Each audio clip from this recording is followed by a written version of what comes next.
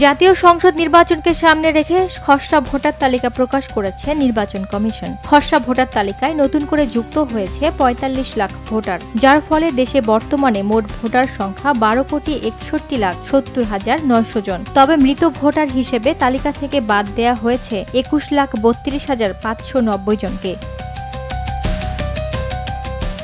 ১০ August রোববার এ তালিকা প্রকাশ করেন ইসির সিনিয়র সচিব আখতার আহমেদ। ইসি সচিব জানান, সারা দেশে নির্বাচন অফিসগুলোতে একযোগে রোববার হালনাগাদ ভোটার তালিকা প্রকাশ করা হয়েছে। আইন অনুযায়ী এবছরের ২রা মার্চ ভোটার তালিকা প্রকাশ করেছিল ইসি। তখন ভোটার ছিল ১২,৩৭,৩২,২৭৪ জন। ভোটারের সংখ্যা হচ্ছে ১২,৩৭,৩২,২৭৪। তিনি আরো বলেন, আগামী ৩১ ডিসেম্বর পর্যন্ত যাদের বয়স ১৮ বছর পূর্ণ হবে তারাও ভোটার তালিকায় অন্তর্ভুক্ত হতে পারবেন। নবীন ভোটারদের ১ বছর অপেক্ষা না করানোর জন্য নতুন আইনে এ সুযোগ রাখা হয়েছে। বছরে মোট ৩টি ভোটার তালিকা প্রকাশ করবে ইসি। ২রা মার্চ প্রকাশের পর ৩১ আগস্ট এবং ৩১ অক্টোবর তালিকাগুলো প্রকাশ করা হবে।